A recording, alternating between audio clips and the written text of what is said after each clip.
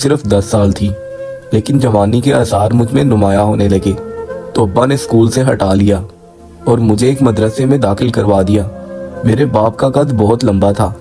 शायद यही वजह थी कि मैं 10 साल की होने के बावजूद अपनी उम्र से काफ़ी बड़ी दिखाई देती थी और मेरा जिस्म बड़ा बड़ा दिखाई देता था।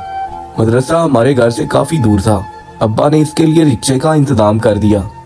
अब मैं और मेरी छोटी बहन हम दोनों सुबह मदरसे चली जाती और शाम को रिक्शे वाला हमें ले आता। रिक्शे वाला हमारा मोहल्लेदार था, इसलिए अब्बा बेफिक्री से भेज देता। एक दिन रिक्शे वाले की तबीयत खराब थी तो उसने अपने बेटे को भेज दिया। वो नौजवान लड़का था, लेकिन फिर भी उम्र में हमसे काफ़ी बड़ा था। जब भी रिक्शे वाले अंकल की तबीयत खराब होती तो उस दिन हमें उनके बेटे के साथ जाना पड़ता। वो भी रिक्शा ही चलाता था। एक दिन वापसी पर उसने मुझे एक शॉपर दिया और कहा, इसको घर जाकर सबसे छुपा कर खोलना। मैंने वो शॉपर ले लिया। घर आकर सबसे छुप कर देखा तो उसमें एक मोबाइल था। अब वो अक्सर मोबाइल पर मुझसे बात करने लगता। रात को जब अम्मा सो जाती तो मैं चोरी छुपे कभी कभी उससे बात कर लेती। मैं अपने घर के घुटे हुए माहौल से इस कदर तंग आई हुई थी कि मैंने अपनी बेचैनी खत्म करने के लिए उसका सहारा ले लिया। उसका नाम लियाकत था। अब जैसे जैसे दिन गुजरते गए मेरी उसके साथ दोस्ती होती चली गई और फिर एक दिन रात के अंधेरे में वो मुझे घर से भगाकर कराची ले आया। मैं नादान थी, लियाकत जैसे शख्स की बातों में आ गई। दूसरी तरफ मेरा बाप था, जिसने घर का माहौल जहन्नम बना रखा था। चंद दिन तो उसने मुझे होटल में रखा और खूब जी भर कर उसने मेरे हुस्न और जवानी को लूटा। जब मैंने उस पर जोर डाला कि तुम शादी का वादा करके मुझे साथ लाए थे, तो कहने लगा, अच्छा वो भी कर लेंगे, तुम्हारे अब्बा ने पर्चा करवा दिया है। मेरे दोस्त ने आज ही मुझे फोन पर यह इतला दी है। तुम अभी सब्र करो, थोड़ा मामला ठंडा हो जाए तो फिर देखते हैं क्या करना है। ये कहकर वो बाहर निकल गया। कहने लगा, अच्छा तुम बैठो, कुछ खाने पीने को लेकर आता हूँ। मैं कमरे में बैठी उसका इंतजार करने लगी। काफी देर गुजर गई, वो वापस ना आया। जब काफी टाइम गुजर गया तो मुझे घबराहट होने लगी। इतनी देर में 2 लोग कमरे में आए। मैं जल्दी से उठी और कहा, कौन है आप लोग? फिर एक बोला, सब बता देते हैं। मैंने कहा, आप बाहर निकल जाएं, नहीं तो मैं शोर मचाऊंगी। फिर एक शख्स ने मजबूती से मेरा हाथ पकड़ा और बेड पर धक्का दे दिया। फिर बोला, अरे वो चमिया, ज्यादा एक्शन दिखाने की जरूरत नहीं है। फिर दूसरे शख्स से कहने लगा, ओए इसको बता हम कौन है। उसकी बात सुनकर मेरा दिल धक से रह गया। वो कहने लगे कि तुम्हारे उस नाम नेहाद आशिक को पुलिस ने होटल की लॉबी से गिरफ्तार कर लिया है। हम लोग उस वक्त वहीं मौजूद थे। वो तुमको भी साथ लेकर जाना चाहते थे, लेकिन हमने पुलिस को दे दिलाकर फारिग कर दिया और तुम्हारे आशिक पर लड़की को भगाने का पर्चा दर्ज हुआ है। वो अब वापस नहीं आएगा। फिर पहले वाला शख्स बोला, हम शिकारी लोग हैं और तुम्हारे जैसी लड़कियों का शिकार करना हम खूब जानते हैं। फिर सारी रात वो दोनों मेरे साथ वो वाला काम करते रहे। सुबह उन्होंने मुझसे कहा, चलो तैयार हो जाओ। वो मुझे अपने साथ गाड़ी में बिठाकर एक नई जगह ले आए। वो जगह मेरे लिए बड़ी ही अजीब थी। अपनी जिंदगी में पहली बार मैंने इस जगह को देखा था। शाम का टाइम था। कुछ देर हम पैदल चलते रहे और फिर एक तंग सी गली में दाखिल हो गए।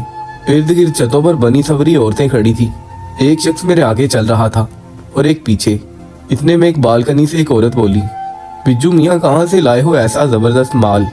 मैं शदीद परेशानी में उनके साथ चल रही थी, लेकिन उसका नाम सुनकर एकदम से मेरी हंसी निकल गई। वो मुझे अपने साथ लेकर एक चौराहे पर आ गए। अब मैं समझ गई थी कि मैं कहाँ फंस चुकी हूँ।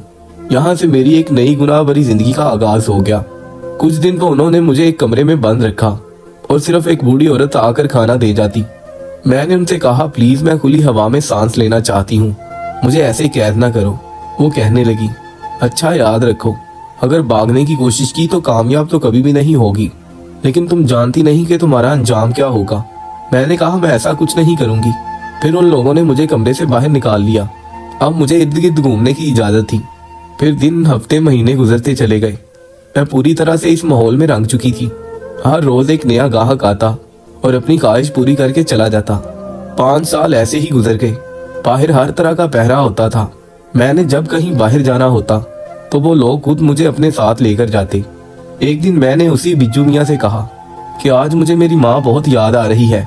वो कहने लगा, अच्छा फोन करके बात कर लो। मैंने कहा, मुझ में हिम्मत नहीं। वो कहने लगा, लाओ नंबर मुझे दो, मैं बात करवाता हूँ। फिर उसने नंबर डायल करके फोन मुझे दे दिया। दूसरी तरफ मेरी माँ ने ही फोन उठाया। 5 साल बाद भी जब मैंने हेलो कहा تو माँ ने मेरी आवाज पहचान ली थी। वो ज़ारों कतार रोती रही और ना मुझसे कोई बात हो सकी और ना ही उससे। फिर मैंने कहा, अच्छा फ़ोन रखती हूँ। वो बोली, मैं ये तो नहीं जानती कि तुम कहाँ हो और कैसी हो। अल्लाह तुम्हें खुश रखे जहाँ भी हो, लेकिन कभी वापस मत आना वरना तुम्हारा बाप मार देगा। मैंने फ़ोन बंद कर दिया। मेरे पास हर वक्त काफ़ी पैसे होते थे। मैंने बिज्जू मियाँ से कहकर अपनी माँ को कुछ रकम भिजवा दी। वक्त गुजरता रहा और कभी कभार मैं अपनी माँ से फ़ोन पर बात कर लेती। एक दिन अम्मा का फ़ोन आया तो कहने लगी, तुम्हारे बाप को फालज हो गया है और वो बिस्तर से लग गया है। मुझको एक ज़रा बराबर भी इस खबर से फ़र्क नहीं पड़ा था, क्योंकि जिस शख्स ने सारी ज़िंदगी मेरी माँ पर जुल्म किया था उसके लिए मेरा दिल किसी भी किस्म के एहसास से आरी हो चुका था। माँ की परेशानी को देखते हुए मैंने एक मोटी रकम माँ को भिजवा दी ताकि अम्मा को कोई परेशानी ना हो। फिर मैं अच्छी खासी रकम हर महीने अपनी माँ को भिजवा देती, जिससे माँ के मुंह से सिर्फ दुआएं ही निकलती थी। दिल तो बहुत चाहता था कि एक बार जाकर अपनी माँ से मिल लूं, लेकिन बाप का सामना करने की हिम्मत नहीं थी। वक्त गुजरता रहा, यहाँ तक कि 10 साल बीत गए। अब इस बाजार में मेरे हुस्न का डंका बजता था। मेरी मर्जी के बगैर यहाँ कोई पर भी नहीं मार सकता था। बड़े बड़े नाम नेहाद शुरफा मेरे कदमों में आकर बैठे रहते। एक शाम दिल घबरा रहा था। मैंने बिज्जू मियाँ से कहा कि आज कोई भी आए तो वापस भेज देना, मेरी तबीयत ठीक नहीं।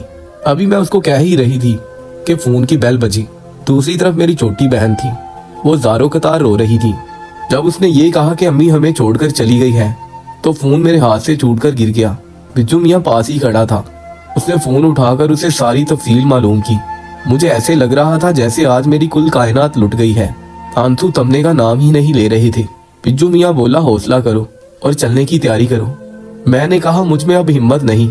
मैं कैसे बर्दाश्त करूंगी कि जिस माँ को इतने साल पहले छोड़ आई थी आज उसको देखूं भी तो इस हाल में। मैंने कहा, मैं नहीं जाऊंगी, लेकिन वो नहीं माना। कहने लगा, एक बार माँ का चेहरा देख लो, मेरी बात मान लो, जो भी है दिल को करार आ जाएगा। फिर उसने गाड़ी तैयार करवाई और 2 और लोगों को साथ लिया और मुझे मेरे घर ले आया। जब घर में दाखिल हुई तो एक तरफ सहन में मेरी माँ की चारपाई पड़ी थी और दूसरी तरफ मेरा फालिजदा बाप बिस्तर पर लेटा था। मुझको देखकर उसने दोनों हाथों को उठाने की कोशिश की और माफी का इशारा करने लगा। मैंने उनके हाथ चूम लिए। फिर बोली, अब्बा मैंने तुझे माफ कर दिया है। मैं जानती हूँ कि मैंने तेरा दिल दुखाया है, तू भी मुझे माफ कर दे। देख अब्बा, जिस माँ पर तू सुबह शाम जुल्म करता था वो आज हमें छोड़कर चली गई है। अब्बा की आंखों से आंसू जारी हो गए। फिर तदफीन के मराहल मुकम्मल हुए तो मैं बिज्जू मियाँ के साथ वापिस आ गई। वापसी पर बिज्जू मियाँ से मैंने कहा, बिज्जू मियाँ क्या तुझको नहीं लगता कि अब हम इस गुनाह भरी जिंदगी को तर्क कर देना चाहिए? वैसे भी अब उम्र के उस हिस्से में थी जहाँ जवानी डलना शुरू हो जाती है। बिज्जू मियाँ बोला, तुमने मेरे दिल की बात कह दी है। मैं भी अल्लाह के हुजूर पेश होकर अपने गुनाहों की तौबा करना चाहता हूँ। अगले चंद दिन बाद हम 5 लोग उम्रे के लिए रवाना हो गए। फिर वहां जाकर जितना जी भरकर मैं रो सकती थी रोई। बल्कि सच कहा जाए तो वो एक ऐसी जगह थी जहां खुद ब खुद आंखों से आंसू जारी हो जाते हैं। बस ना जाने कौन सा लम्हा था कि दिल को एक करार आ गया था। सर उठाकर देखा तो यूं लगा जैसे मेरी तौबा कबूल हो गई है। बिज्जू मियाँ अभी तक सजदे में सर झुकाए हुए था। जब काफी देर गुजर गई तो मैंने उसे हिलाया तो वह एकदम से एक तरफ ढलक गया। उसकी रूह परवाज कर चुकी थी। शायद खुदा को ऐसे ही मंजूर था। मैंने वापसी का इरादा मंसूख कर दिया और अपने आप को यहाँ के लिए वक्फ कर दिया।